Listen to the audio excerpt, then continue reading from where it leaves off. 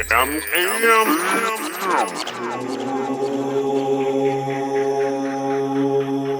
morning. Welcome back to another AMO. I'm your host Z, joined as always by Sun Yoga, Win Lung, and our guest today, Jerilee Camille Newby, Waldorf teacher, composer, and purveyor of Goldener Center Healing.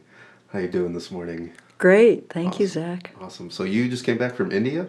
I came back from India in December. I was there singing in an international choir, 17 different countries, in Sathya Sai Baba's newest ashram. And I was blown away.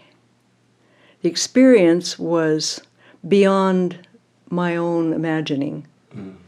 What's going on in India, I believe, is the spiritual power for the rest of the planet, for this, whatever you want to call this golden age, permanent golden age, new millennium, or the Hopi call it the fifth world of peace and enlightenment, called by many names. So from my view, take it or leave it, I've been involved with Sai Baba for the last, since 1994. I've been to India quite a few times while he was still in his physical body. From my understanding, he has been born in 3 different incarnations all in a row. And earlier than that, he was, if you know anything about Hindu texts or anything, he was Rama with his beloved Sita, who were able to remove the darkness from the planet at that time, thousands of years ago. And then later on, he was Krishna with his beloved Radha.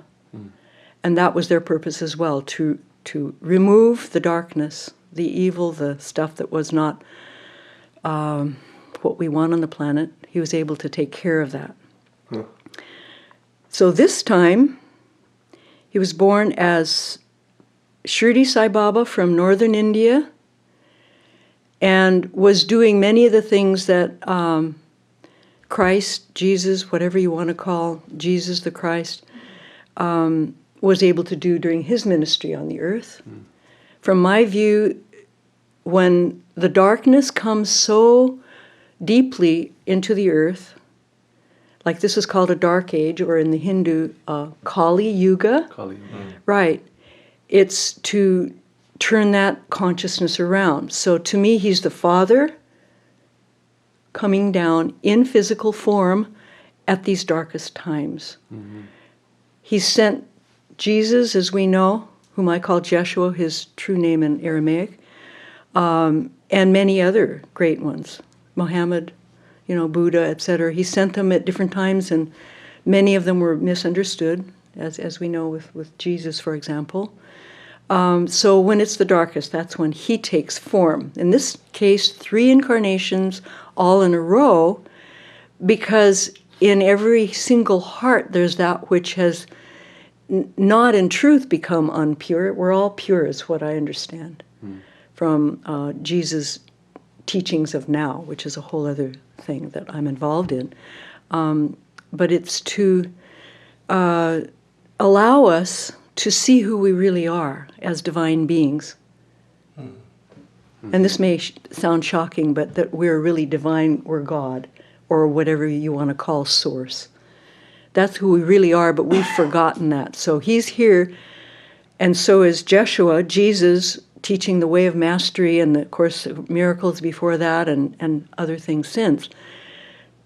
Not to get us into the dogma of what, like the Bible has said and misinterpreted for so many years, but to show us, okay, I'm Christ, I'm God's self, I am divine, but that doesn't mean that we made ourselves. We were created, so that we need to honor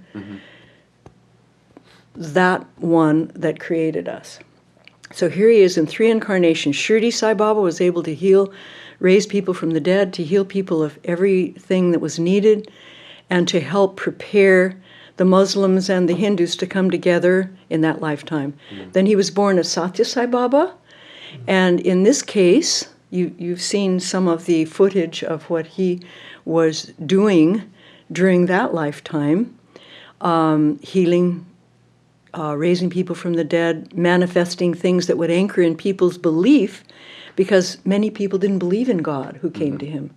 So that was his purpose, was to anchor in the belief in the divine or source or whatever you want to call it. So now he's in light body. This was a picture of him in his younger years. I don't know if you can see that, which I love. I find it very inspiring, and there are many others. But he was teaching us, and there's controversy around this, by the way. There are many older devotees who believe this is what he's doing at present in his light body is a hoax. I am positive in my own heart that would be impossible because of everything that's going on the planet, which is awesome. So he is now teaching in what he calls high school, and he's preparing us through many writings to recognize who we really are, even more deeply. But he's also been born now in his third incarnation, but he hasn't been announced yet because he's too young. He's growing up. And that will be Prema Sai Baba. That means Prema is love, Sai is mother, Baba is father. So mother, father of love. And he's ushering in this golden age, using every single one of us on the planet that are wanting this to step into who we really are, rather than hiding behind all of the, well, whatever, maybe this would jar some people, but the many incarnations that we've had, that in which we didn't quite understand yet who we really are. But now is the time for massive awakening of humanity. And so there are many saints and sages, along with Light Body Baba, represented by a young man named Madhusudan. If anyone wants to connect with what's going on with the light body, I would suggest that you connect with Muddenhalli. Sai Baba's ashram probably would do it. Muddenhalli. I can spell it later if you want, or write it. Awesome. Yeah. Going to the old ashram or some of the earlier ashrams, people are still stuck in losing the body and feeling like, why did he leave when he did? He wasn't supposed to, but the body wore out. You know what I mean? Like an old car. Why would you want to keep an old car running, if it's so old you just can't fix it anymore? So here he is, in my view, going around the world. In June, he'll be coming to California to Los Gatos. Actually, it'll be San Jose. I'm going to be singing in another Baba choir with people from all over our country, representing the oneness of our diversity in this country. The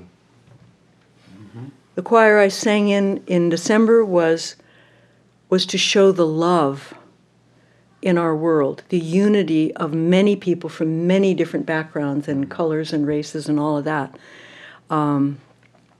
showing that it's about love. And that's his message. It's just love. Be a better Christian, be a better Jew, be a better Muslim, whatever you are. He's not promoting religion at all. It's just like there's one religion, and that's the religion of love. So he's coming to this country. He's creating let's see, what is it? I can't remember the exact thing. CHD, community. Anyway, it's a center in Los Gatos, California, where anyone can go and offer anything they want in terms of a workshop or classes or whatever that are for the benefit of humankind. He is going to be creating a free hospital in Mississippi in the next few years, which will be a model for the rest of the world. Nice. But there are many of these that he's already built in India. This is also the model for the rest of the world. He's building many free schools in India where nobody would have had any education at all in these out-of-the-way places. He's creating these schools so that youth can go all the way through university and not pay a penny. This is a model. He also is creating another ashram on the East Coast, so West Coast, middle of the country, East Coast in Boston.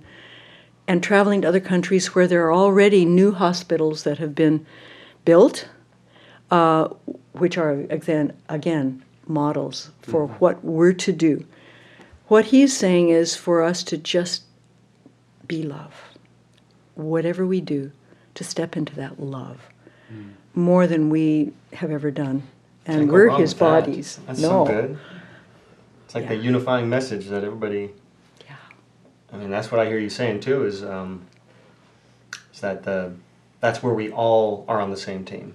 Right. And I think the more we if we're going to even have a battle cry or a motto or a mantra, that's a nice one to have as the tip of that spear, is love and compassion for our fellow human being. Yes, and exactly. being and energy.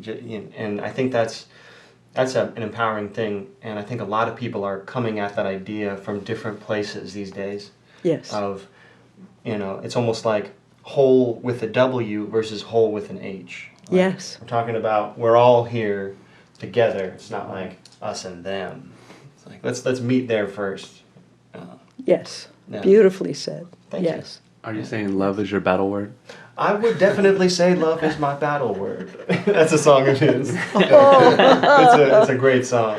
Yeah. There we go. Let's get some. I really love that you said the awesomeness that is happening on the earth right now. And that's cool to point out, because I'm sure we could find a lot of people who say, look at all the terrible stuff happening on earth right now. But you're like, no, I've seen this awesomeness happening on the world right now. And it's happening, and maybe you're not aware of it, but there are other people out there doing a lot of work for good. Yes. Yes. Well, I know that I am kind of an oddball, but that's good. I don't mind being an oddball. Welcome home. right. I totally agree with that sentiment exactly for myself. Yes. Yeah. I mean, And it doesn't matter what anybody thinks, as long as we're following our hearts, is what my whole thing has been. I grew up in a very unusual family with parents who were part of the peace movement. My parents had my dad's family for hundreds of years. They were from a Quaker background, which sees that of God in everyone. And they've been working to free the slaves in the Underground Railroad back when slavery was, in its highest or lowest or whatever. And they've been continuing to help all over the world, no matter what religion or color or anything. They continue to do that. So I am saying that too. So we then grew up on an organic Gandhi-inspired farm, because Gandhi was a big hero. And so my parents, 50 years together before my dad passed, was about how do we create a world that we really want to see and experience. So I'm blessed, I feel, from growing up that way. When I was in my early 30s,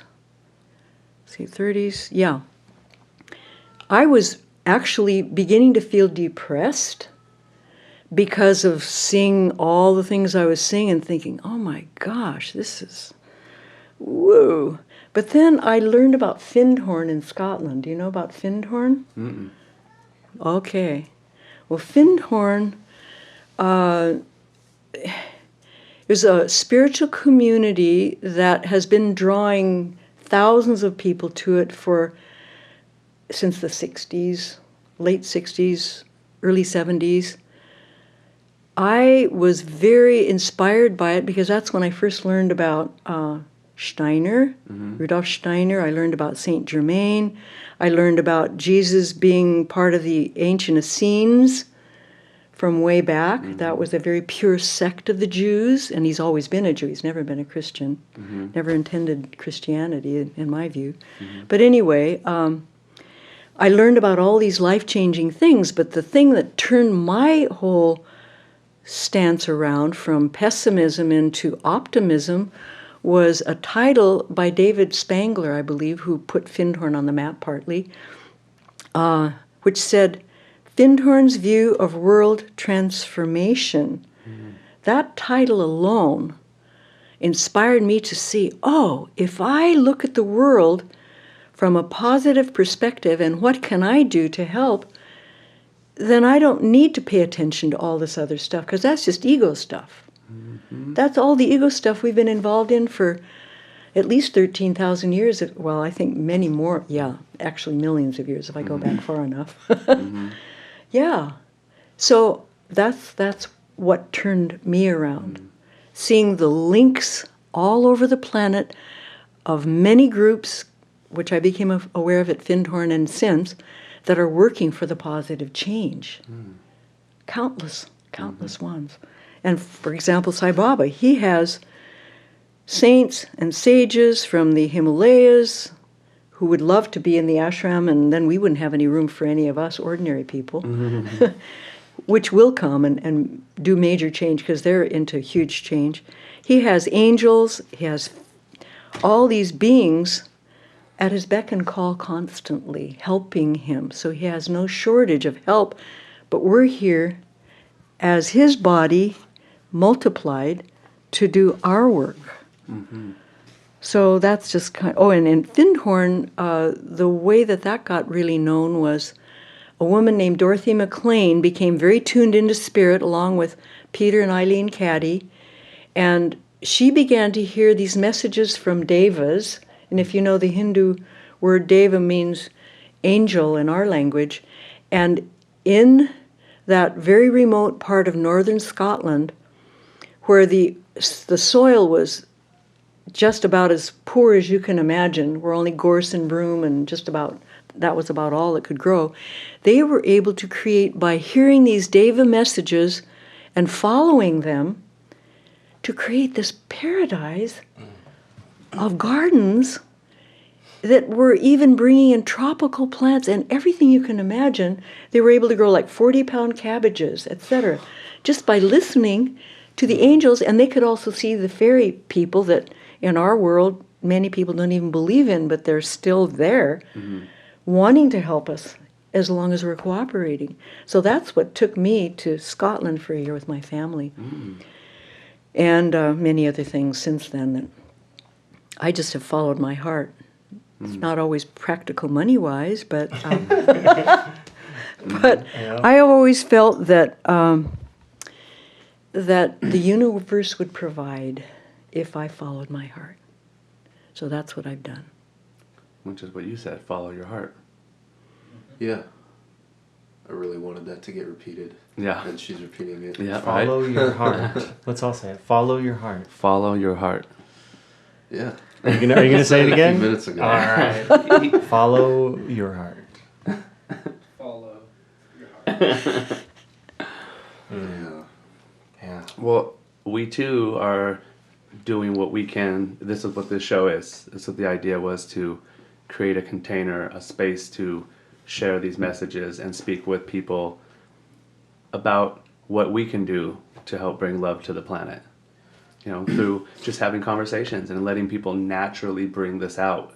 And it, I would say every show we've done has,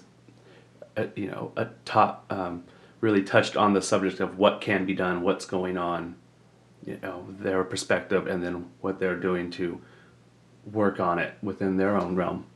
Some are, have really studied the spiritual aspect, and some are doing the work more, maybe we'd call it a third dimensional plane, but still pushing to, let's say, offer people material to help them see there's more options.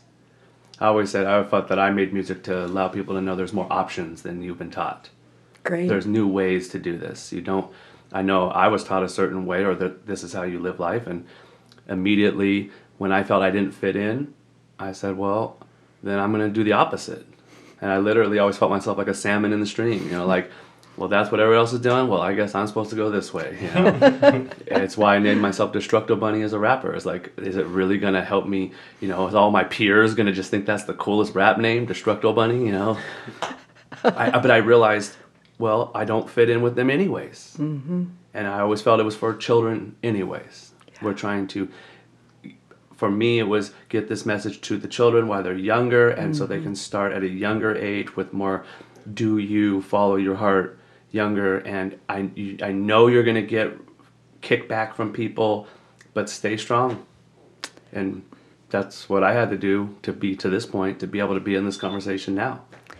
That's awesome. I'm so glad of all that you shared, because that has been a really strong word for me. Be strong. And that's what I say when I meet young people, especially, who are lit up, you know? Like seeing all of you, you're lit up. I can see it, and I've said that to some of you. If I didn't say it, maybe it's because I wasn't sure if how it would be taken. However, yeah, I say that to a lot of young people, especially, or older ones if they're lit up too. And I know I was an exchange student at age 18 for my country in Finland for a year.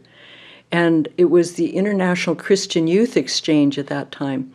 For me, it was like being an ambassador for peace. I was the first student who got to be there for a whole year in Finland, while a Finnish young woman was able to stay with my family in California for that whole year. And I really took that job very seriously. And I met a lot of really amazing young people, and the whole culture I loved very, very much. And knowing I was representing my country, I was really doing my best to not be an ugly American. Because later, I read this book about the ugly American, and I was determined not to be an ugly American going to Europe later on. And, you know, nobody guessed I was from America because I didn't seem like American at all. I didn't have all this luggage, you know. I was hitchhiking with my husband and carrying a backpack and all that. But anyway, in Finland, here I was, and there were a lot of young people in Finland who, because it was part of the church also, that wanted to be missionaries in other countries. And I was thinking, maybe I could do more good going to another country like Africa or something. But you know, there was something inside of me, because I was meditating a lot there, really deepening my spiritual practice. And I had this out-of-body experience in which I just felt like I was huge, this huge kind of like Buddha being, you know, sitting cross-legged and all that. And I thought, wow, I wonder what that's about. But, you know, it really felt like I was just beyond the normal. I wasn't in my body anymore, you know? And what I got was, be strong. America needs strong people. Go back to your own motherland and do your work there. Your motherland has given you everything. And I also recognized I didn't want to go back because there were so many things about the culture. Going to New York City as we did, to fly out, you know, to anywhere. It was just like, and all the consciousness on materialism. But I thought, America needs strong people. I've lived in 7 countries now, including this country. Each time, for a spiritual purpose, I've been in those other countries, teaching or learning. And every time the message has been, go back to your motherland, be strong. So that's what I like to say to people, including reminding myself, no matter what kind of reaction or whatever I might get from people or anything, still be strong. Be true to following that heart. Thank you. Yeah. Thank you. I love that idea too, because strong makes you ask yourself, what is strong? Yeah. And it's like, how are you going to say strong? Are you talking about cement? Are you talking about a willow tree? Are you talking about the water? And what is the strength that will get you through where you need to get to? And I love the intuitive, cognitive gospels, as I've often referred to them, things that are innately true in this kind of human space where we're trying to figure out what life is about. And I love those kind of phrasings that are allowing, like follow your heart. I mean, it's clear, but it's also open. It's like, how do I follow my heart? And with what James and I do in our music, and actually what we all do in this group, the Rumi Depth, the title itself speaks to a place where people throughout time go to try to find the truest, deepest way to speak about things. And there's a real movement happening in this area and with people I meet, where they're trying to find that. They're trying to find truth. They're on the path. We're constantly trying to figure out what it is we're actually doing, in a sense, by rephrasing it. We rap, we do hip hop, we are truth seekers. Rap, rarely articulated philosophies. It's like, what can speak to more what we do?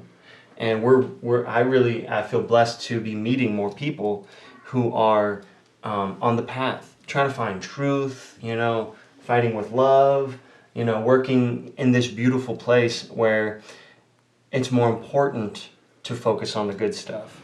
Mm-hmm. And I think the depressions that you mentioned in your 30s, I believe, mm-hmm. and anxieties we have, I think there's kind of an innate structure where we have to go through that valley of the shadow of depression to really feel like we have climbed up into the peak of the summit of the light, and I think, I was depressed for a long time, but I'm the least depressed person these days because I've really found some kind of strength in there. I didn't hide from the questions and the shadows, and I'm inspired that this place I am now, I'm seeing more people in that quest. Mm-hmm. And I love it that we're all meeting here. It's like, it seems like every time we do the show, it's like somebody brings up how we weren't expecting to be doing this in the past. We were building our own sides of the experience. And then all of a sudden we're like, oh, this goes to this experience. And then we're like, we're building this whole bigger experience now. And it's really magical. And thank you. I guess the only way to put a period on that really long sentence. Thank you. That was beautiful. Beautiful. You didn't use this word, but what word came up for me as you were just saying, being open and seeing things, connecting with other things and the magicalness and all of that. I'm remembering a quote from Deepak Chopra in a little book, A to Z of Creating Affluence or something like that. He talks about how, maybe you're familiar with Deepak Chopra. Oh, yeah. Yeah, maybe you're familiar with this too. He talks about how every second in our bodies there are 6 trillion reactions going on. Mm-hmm. And every one of those 6 trillion are correlated with everything else, with every other reaction in our body. And not only that, within us, but in the entire creation, this is going on. This infinite correlation in the infiniteness that never ends of creation. It's all in correlation. And later in another book he says, let's see, what was it? I've got it on my website, Golden Earth Center website.com. Anyway, goldenearthcenter.com. Deepak Chopra. I'm trying to remember. If I don't get it exact, it'll be close. That, what is it? I'm forgetting right now. That happens sometimes. I'll probably remember. Yeah. 6 trillion each second. Wow. 6 trillion thing. Yes. Wow. 6 trillion reactions. And then there's 32,000 seconds in a day. Yeah. And then there's a lot of years. Right. And then, right. Right. Oh, man. It was a Deepak Chopra book, The 7 Spiritual Laws of Success. It was probably the second book I ever read. Yes. That took me into meditation. That's when I started to meditate. Yeah. And there was a line in there that says, learn to feel what it is to be alive. It's like one of those when the tree falls. I'm like, what is that? Like, what does that feel? What do you mean, learn to feel what it is to be alive? I am alive, but how do you mean? That was such a quest for, like you said, how do you follow your heart? Yeah. That set me on that in such a way. And I was constantly asked what country I was from. Which I loved because I felt I was living life correctly when people, I'm from Merced, I'm in my hometown juggling, just like hanging out down Main Street, like, what country are you from? And I'm like, I live on 26th Street, but it made me feel that I was giving off an aura or a perspective that didn't feel what they were used to, Right. which made me go, okay, this is my against the grain. I'm doing something right because these people think I'm from another country, which I always wanted to be from another country. No offense, America. You know, but No you offense. know. Yeah. But you know. But, you know, I told Richard when I met him, coming up in the underground hip hop movement, it felt like I believed these people I was listening to be new spiritual warriors, the Jedi, the true Jedi from the Star Wars, and think it born on Earth to truly change humanity with the way we were thinking, young people, the new renaissance of awakening in our time. And this is a non-spiritual movement. This was rap music in my mind. I didn't know to put that spiritual twist on it yet until I read more meditation books and then was rapping and I'm going talking, philosophers, wait a minute. What's the difference? 5,000 years ago, these people would have been these people. Oh my gosh, we're just those people in this environment. This is what it looks like now. And through the communities that made hip hop, where I've spoke on, you think of the communities of the Bronx and Manhattan in that time in the late 70s, or through the 70s and the 80s, you're talking about people who were the poorest of the poor in those neighborhoods. That people were just shunning them and not giving them any help. And in there, these people made up an art form to reclaim their personal power. Started calling themselves God. Hey God, yo sun, sign like the sun. Yo sun, yo God. These statements of power. They took the words like deaf, dope, ill, Sick. dumb, sick, reversed their meaning to meaning that's ill, that's dope. They took the things that were, because they didn't fit into this world, so they took the opposite and said, well, we are that, which is what I was doing. Running anything that they do this way, then it's this way. I went, that's what I was doing, was taking anything was positive. I was like, well, I'm going to do the opposite. Well, that's what I felt they did. And that's, as a young white kid in Merced, California, getting into hip hop music, constantly being told I can't do it and culturally appropriating this music, which was, and that was very rare to hear that then. You hear that now all the time. And I speak on that a lot. I'm like, there were people of all colors and races doing this when I was coming up doing this. It wasn't about if you were white. And some people would call you Vanilla Ice or make fun of you or try to throw it. But you would just come back with your talent. You would show and prove. A great term in hip hop is show and prove.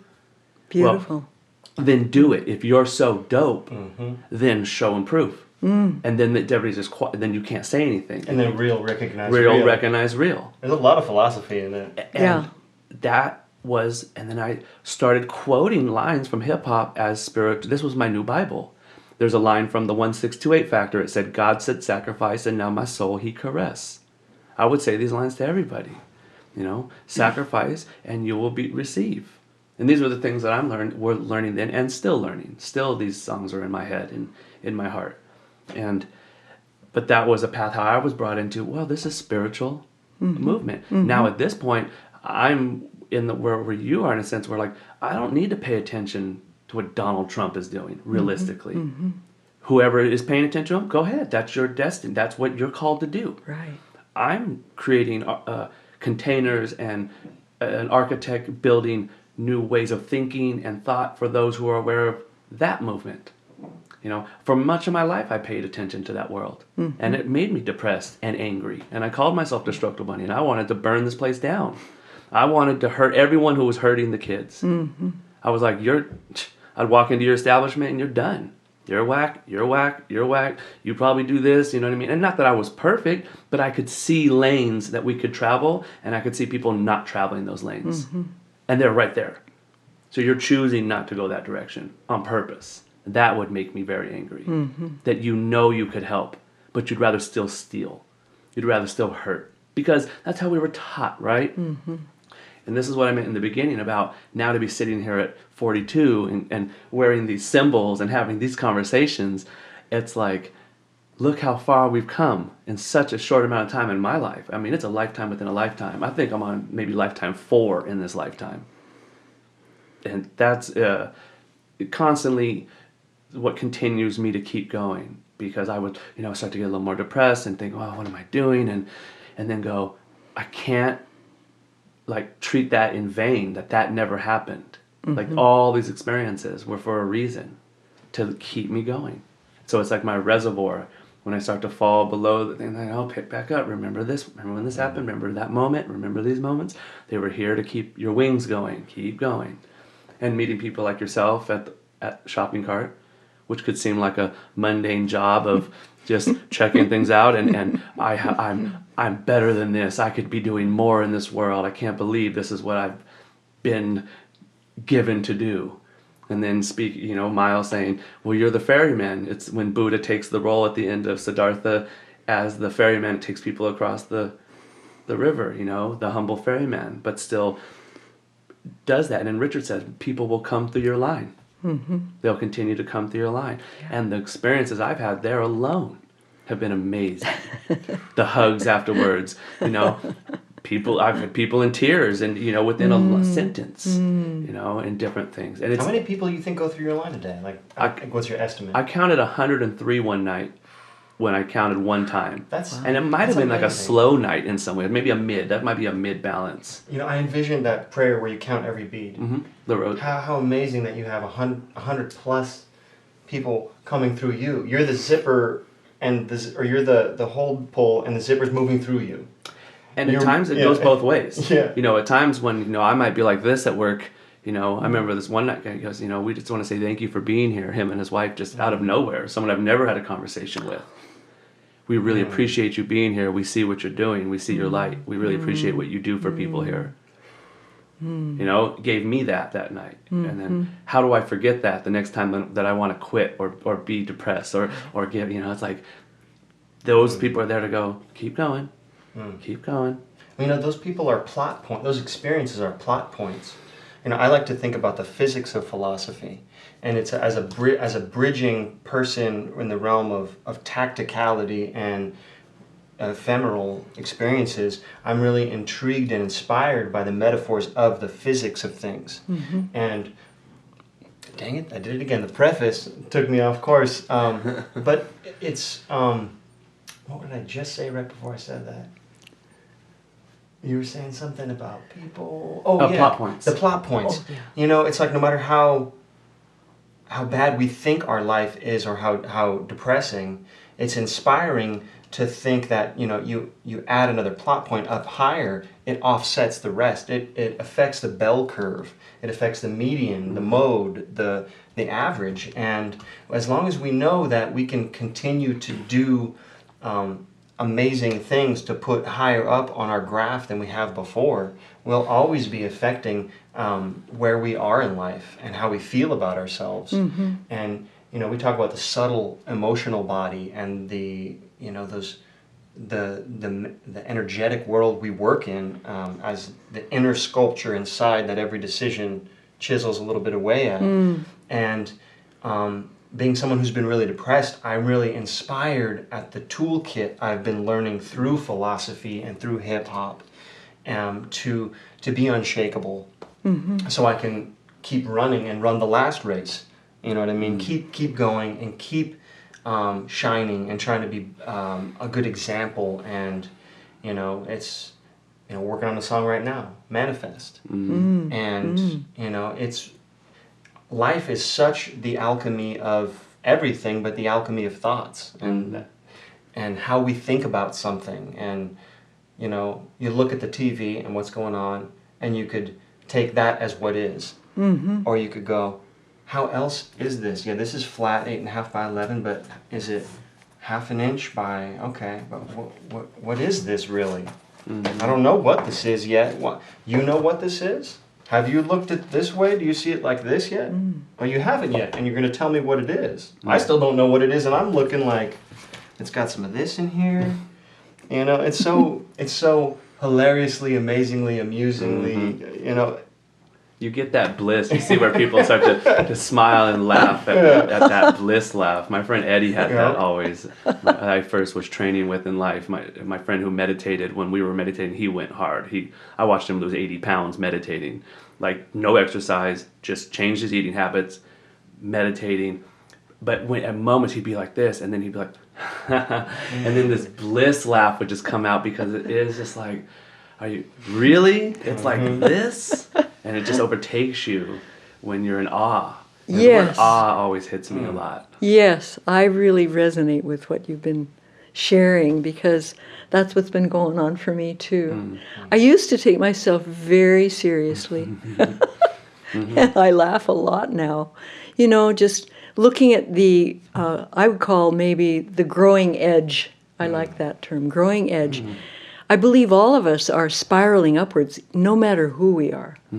Even if we're not conscious of spiritual path or anything like that, I believe that from all of the Ascended Master teachings and Baba's teachings and Jeshua's teachings in the Way of Mastery and so on, that we are spiraling ever more into the being that we are, but we're already there too. We're already there. It's just that we've forgotten. And it's time to remember. So here we are, you know, and being open, yes, and looking at it all as being a joke we've played on selves for how many lifetimes? Millions? You know? If we believe in that, we don't have to believe in that, but taking ourselves with a grain of salt, okay, well, maybe I made an error here, but is it really an error? I think the teaching, as I understand it, is there are no errors. There are no accidents. Yeah. None of that. There's no anything like that. It's just something from our own thinking, and and it's part of our culture, you know. So we're, in my view, and from I think what I've been hearing today, it's like, okay, we can look at it, you know, from many other different angles, and get a little bit more of an idea of, okay, what's the truth? And I believe that these great ones are teaching us the truth. And that they're aiming for us to look inside our hearts where the truth dwells. Because we know all the answers when we really look inside. So I know that's what I'm working on constantly. Okay, am I reacting right now? This comes from Jeshua's Way of Mastery. Reacting means I am reacting, I'm acting from the past. I'm acting from a past. Yes, reacting from the past. Has nothing to do with the present moment, and it comes out in anger, blame, judgment, frustration, depression, whatever. But really, I can look at it in a different way. You know, I can respond in the moment. I can respond in the moment and then come from a place of love. And love, from what I understand in A Course in Miracles, Jesus brought to an atheist Jew named Helen 50 years ago. I don't know if you're familiar with that. A little bit, yeah. Right. And then through another person who didn't want this activity, the Way of Mastery, it's about coming from love. It's only love or fear. And all these negatives come from that place of fear. We don't have to do that. We can choose to respond in the moment and come from that place of love. Okay, someone just shouted at me, or someone just did da-da-da, or whatever, you know. Well, that was that person coming from a place of wanting more love. They need that energy, that love. Right. Yeah. Who knows? Maybe we do know their background. Maybe we know that they were abused by such and such, or their parents, or molested, or whatever. So that's a place in them that isn't healed yet. A place in them that feels that they're a victim, which I certainly felt I was a victim for many years, till I began to realize, oh, no, there are no victims. And there are no accidents, and there are no mistakes. We can learn from everything that may be off, maybe that we don't want to repeat, maybe that brought hurt to someone else, including ourselves, maybe not respecting and loving ourselves. I think as women, including myself, it's like putting everyone else first, very often before my own self, before really nurturing this being that is also divine. So that's part of my growing edge right now, you know? Growing edge, that's a great line. A line came to me in our... Thank you for saying you're still working on it. I want to drive that into our viewers' heads, that you never stop working on it. we have all these enlightened people on our show. They're enlightened because they're constantly working. That's right. Thank you for bringing that up, Zach. Yeah, I feel that's really important because I don't feel we ever stop, even when we're an ascended master. My understanding is there's still more to learn. We're given more responsibility in those, once we're ascended, but we're still learning. So, yeah, I think that's very important. Thanks for stating that again. Yeah. And with the mistake, you said there's no mistakes. And so I remember as I was writing these lines for, I think it's in the last album, and one of those albums we put out, I came with a line that said, came to me, and when God gave me my two loves in my life, which was my wife and Juniper, it made everything I ever did wrong right. Because it led me to this moment to experience this. And it was like, well, if I wouldn't have, did this when this relationship, I would have still been in that relationship. And now, who knows, different alternative timelines, what could have been, what wasn't, but it led me here to these experiences. So I went, how could anything been wrong or bad then? Because look at where it's led me. Lessons. As you said, there are no mistakes. And that's that's something that as we as individuals have to come to, right? It's every guru is just leading you to your own enlightenment. That's right. Remember the chorus for Guru? Yeah. G, you are you. I remember hearing that. And I actually heard yogi was your own godly intelligence. I mean, I'm just saying, whether or not that's what it is, Sure. but that. I like guru. Yeah. Yeah. Well, I agree with, you were saying that too, and about how they're showing us the truth in us. Right. Our truth. Exactly. Yeah. And I've seen this in my life many times. I'm older now. I'd say I've lived about 5 lifetimes in one. And I've been through relationships, that have really, wow, woo, I'm such a victim here, et cetera, et cetera. And those are our greatest teachers, I feel. Praise thy enemy. Yeah, I read that chapter. exactly. Pray, they help you learn. That's what I Right. was like, but people, not all, but that's a hard lesson for some people to learn. And that's one that's out there. Like, people go, what are you talking about, praise thy enemy? That's like saying, Donald Trump's doing exactly what he's supposed to be doing. Exactly. And there's a lot of people be like, unfollow, you're gone, you're not my friend anymore, But when you start to grow more and your perspective grows, you can start to see the roles that everyone's being asked to play. Exactly. And he agreed, in my view, to play this role. The Great Wakener. Right. Stir the pot for everybody. Right. And to help us be strong. Yeah. Be Much stronger than Yeah. otherwise. Just think of Hitler or any of the others, Like, okay, we can either go along with it or we can be strong. We can do something My different. daughter always says, be brave, Dad. Be brave. Yep. She'll say that in the neatest times. Yeah. Be brave. Oh, And I'm like, wow. Okay. out of the mouths of babes. Yeah. Well, that's why I've always worked with children. When I got back from Findhorn, I had received a spiritual singing voice unexpectedly in meditation when we were living near Yosemite. I was doing a lot of meditating. I was in a miserable relationship, but now I see it as a gift. And I received this higher voice. I always loved to sing. I'd been in this fabulous children's choir growing up in the Methodist church. And here I was, miserable. But I was doing a lot of meditating, and all these songs were beginning to come through me that were healing me. And lullabies for my little one. The first one I heard was when she was inside of me, before she was born. It was, and then all these other songs began to come as lullabies to her. And then there were songs that were for healing in any kind of situation I found myself in. And then they were songs for healing of the planet, but I wasn't sharing any of them because I felt really vulnerable. And then this new voice came in and I thought, whoa, wow, this sounds like angels.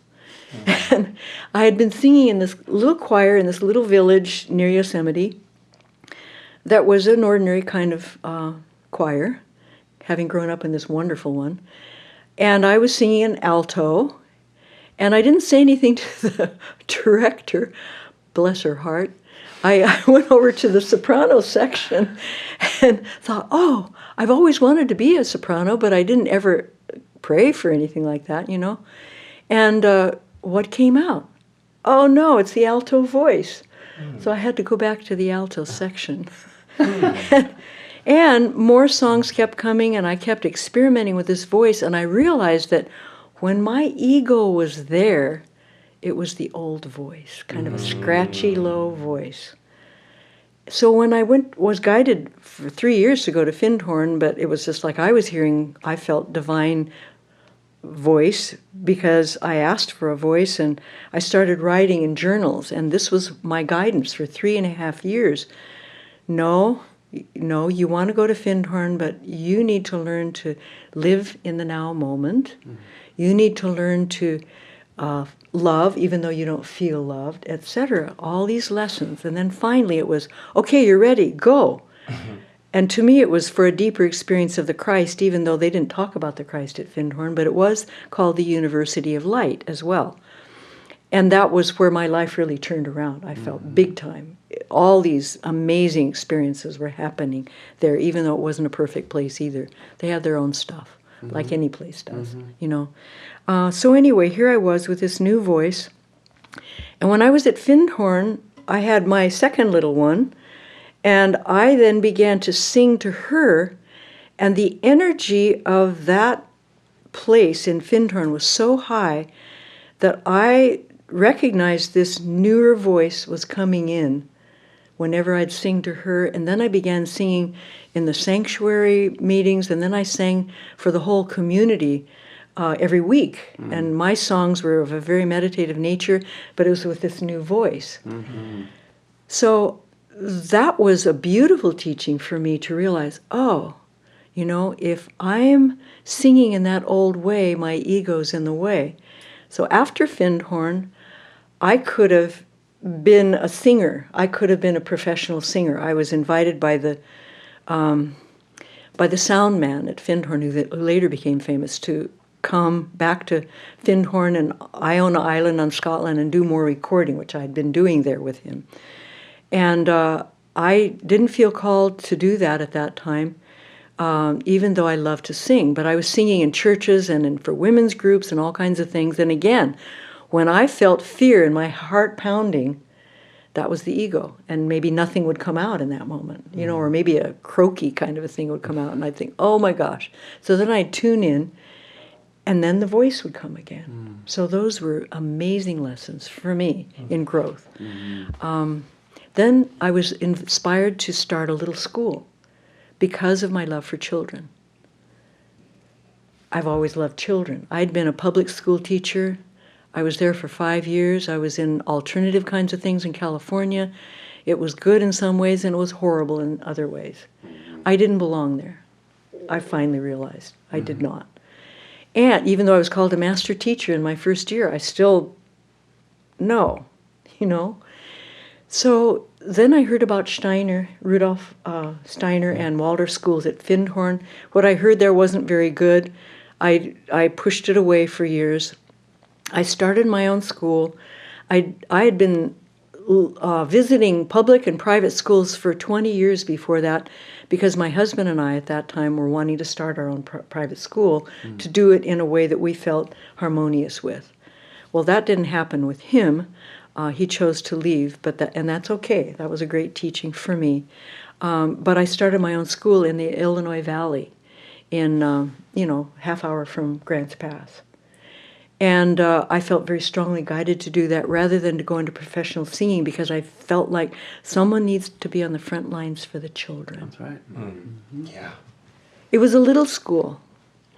There were doctors and teachers' kids and kids from every walk of life, not big, but that came there because they really loved.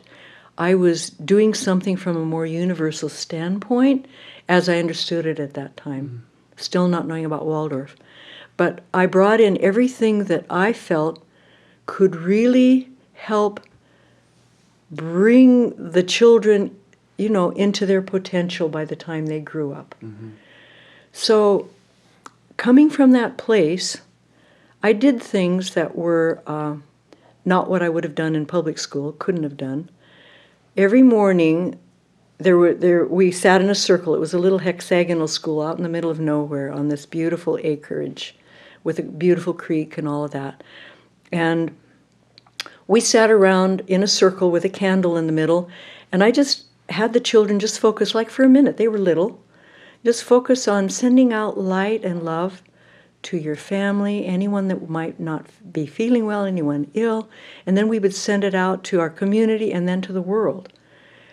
And I didn't have any idea if that was being effective until one day we were playing tag on the playground, and my husband had put up a little playhouse on big posts, and there were some posts holding the playhouse there, and I was obviously not paying attention, and I ran into one of these posts. I was it. And I fell to the ground because I just felt this huge egg beginning to swell in my head quickly, you know, when you hit it really hard. And what happened after that? No, 911, oh, what's wrong? Oh, da-da-da. The children gathered around me, and they just did this. They just sent love. Wow. And I was up in 30 seconds. I was totally well. Wow. Wow. And then that happened. You know, that's the kind of thing that began to, you know, parents were telling me about. There was a family of atheists. Again, I was not pushing religion, but I was sharing some of the great teachings of different teachers, not trying to make anyone be anything. And so this atheist family, their little girl, who was about 5 or so, was super, super ill one night, had a very high temperature. Her daddy came in to check on her, and he was very worried. And she said to him, "Daddy, I'm fine. Jesus is out there behind that tree, and he's helping me." And she got well, just, you know. Wow. Even though I wasn't pushing Jesus or anything else, you know. So here we are, you know. Was that a perfect situation? No, that wasn't a perfect situation. In that whole context, there were all kinds of things that happened in that school, some very positive, some not so. I got really exhausted because I was trying to be the teacher, the maintenance person, the counselor, the, you know, the curriculum designer. I had some help, but then there was another teacher who was supposed to participate, and she was just like, just not really helping at all, you know? So, but these are all our greatest teachers, too. Did I go into singing? No. However, I've still continued to do singing and composing. There are hundreds and probably thousands of songs that have come through me for 50 plus years now, because my older daughter, where the first song began, is 51 now, you know. Beautiful. And one of the things I'd like to share is that with being connected with Sai Baba for many years now, he teaches the 5 basic human values that we all share, no matter what culture, what religion, what, you know, we're just by being human. The value of truth, right action, peace, nonviolence, and love.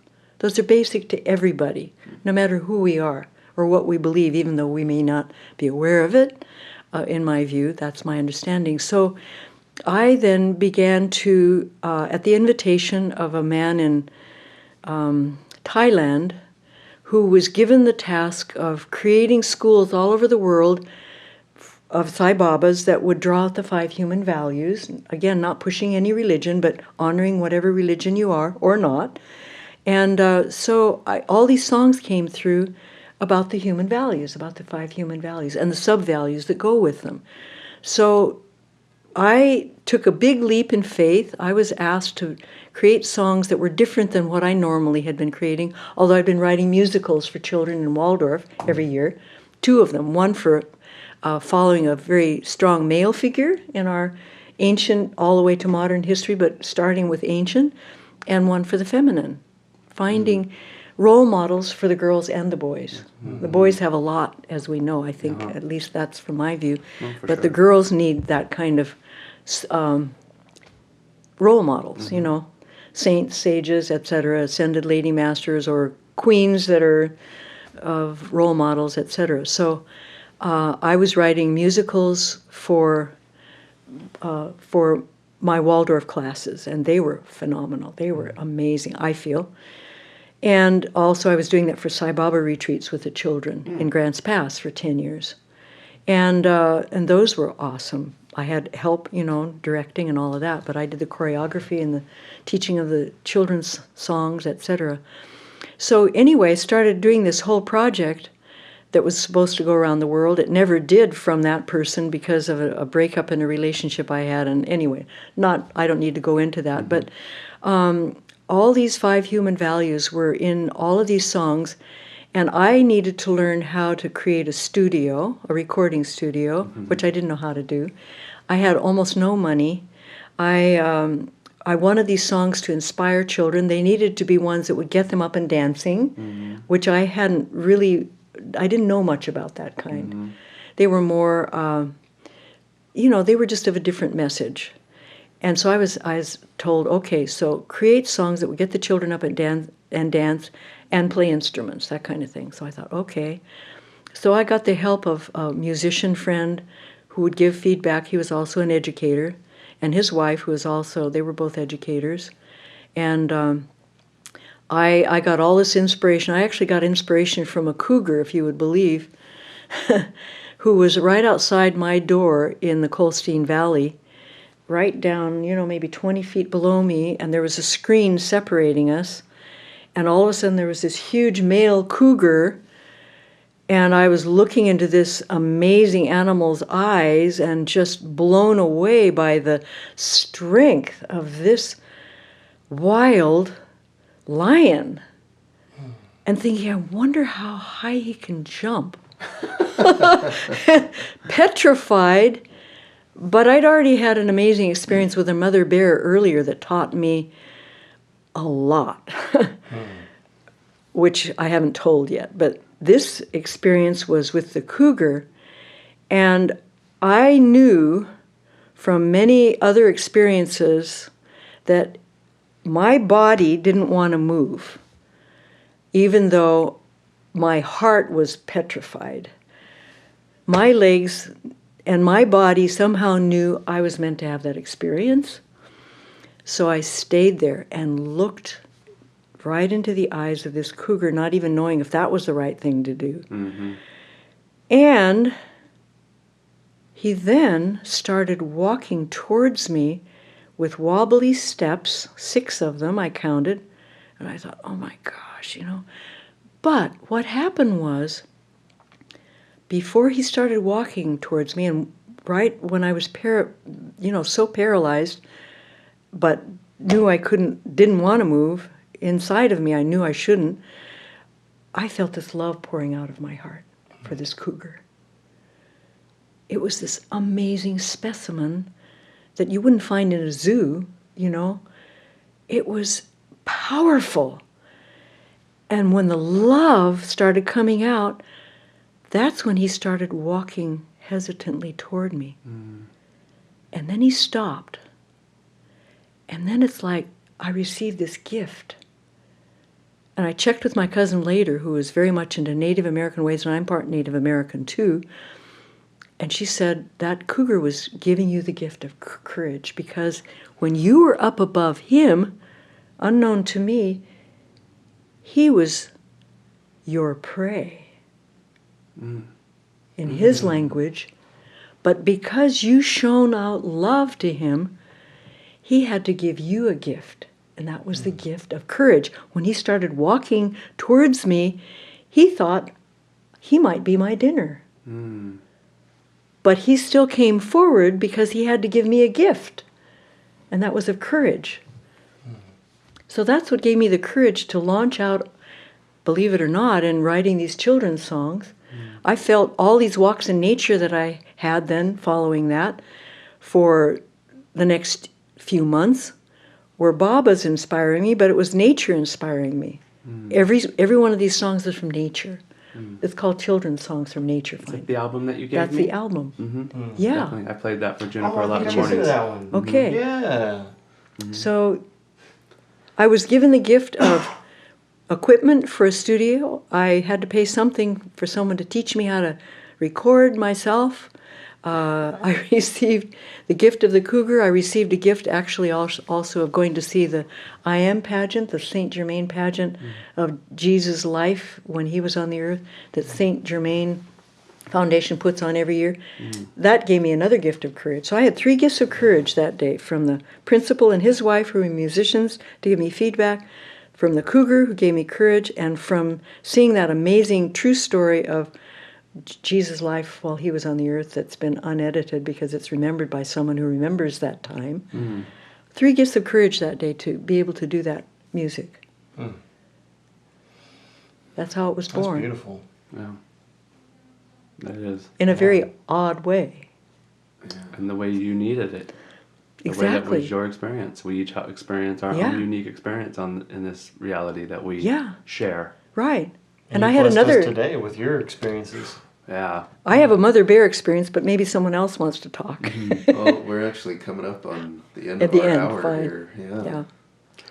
I would just like to say thank you to Anthony William for even though he has not been mentioned yet, it was a conversation with him about him and his ability to remember at 4 years old and who he is and what he is, that got us to talking a little bit more about this. And then you mentioned, well, why don't we bring Camille on? Because I was telling you about these conversations, and I said, oh, you're so right. Like, that's all we talk about. This is all we talk about when she comes to the line. Like, she's one of the main people that has come through my line, that whenever I'd see you in the line, I just, and certain days, I've had days where I've kind of been down and you'd come through. Or days when I was tapped in and you'd come through. I'd be like, of course she's in the line today. Yep. Of course. Of course. And likewise, when I see any of you, I really am inspired. I really am. I love your beautiful, radiant smile. I love your beautiful smile and, your being.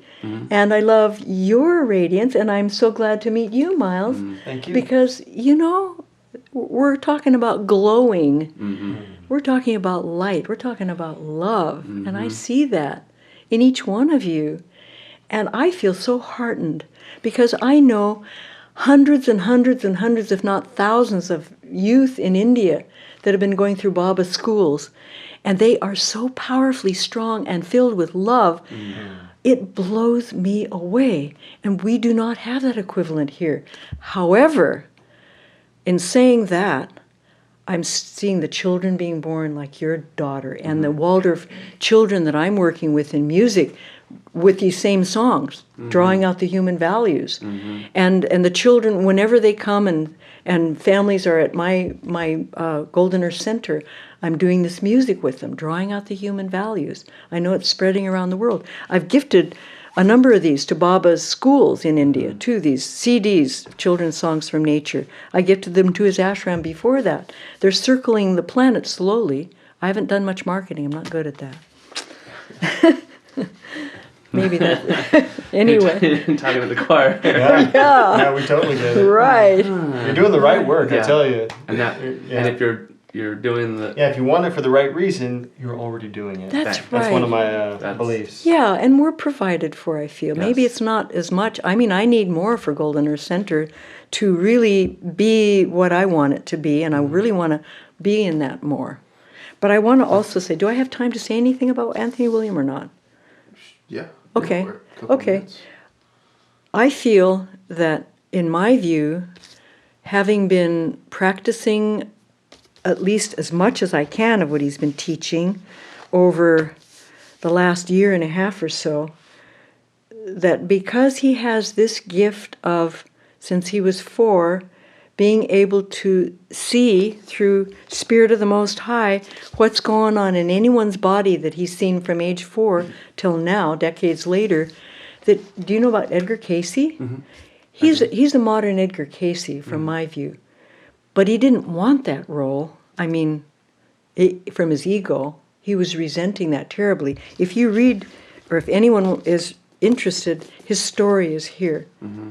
How he was able to transform the lives of hundreds of thousands, all the way to the present time, of people who are fighting so hard or wanting so much to be well on our planet with all of the toxins in our soil, in our food, in our water, in our air, everywhere we look, we can still be well.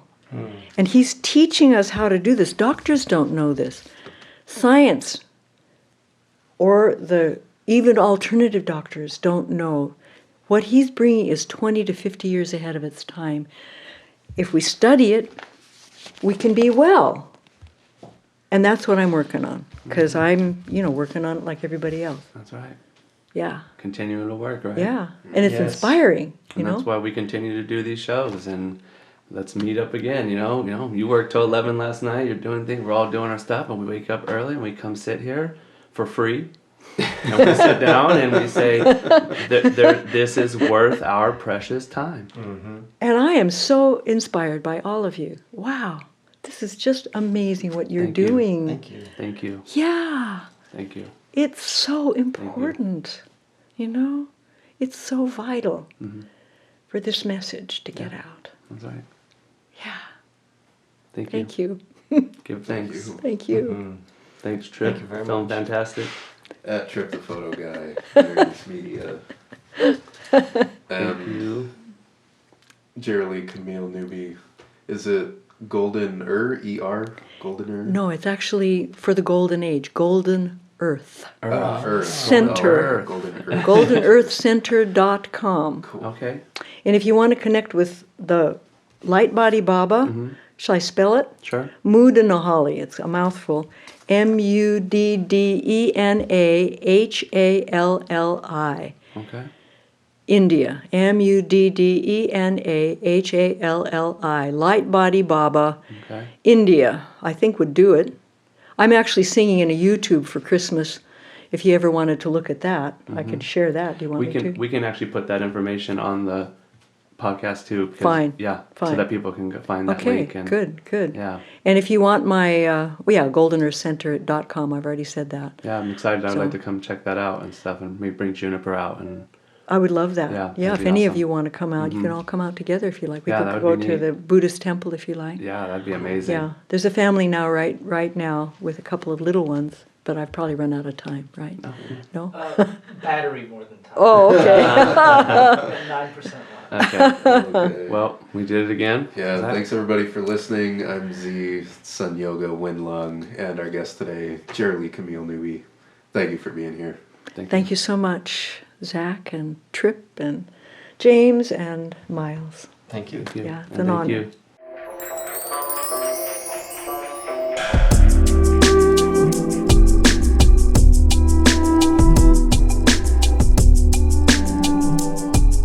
You're now listening to the sounds of AM.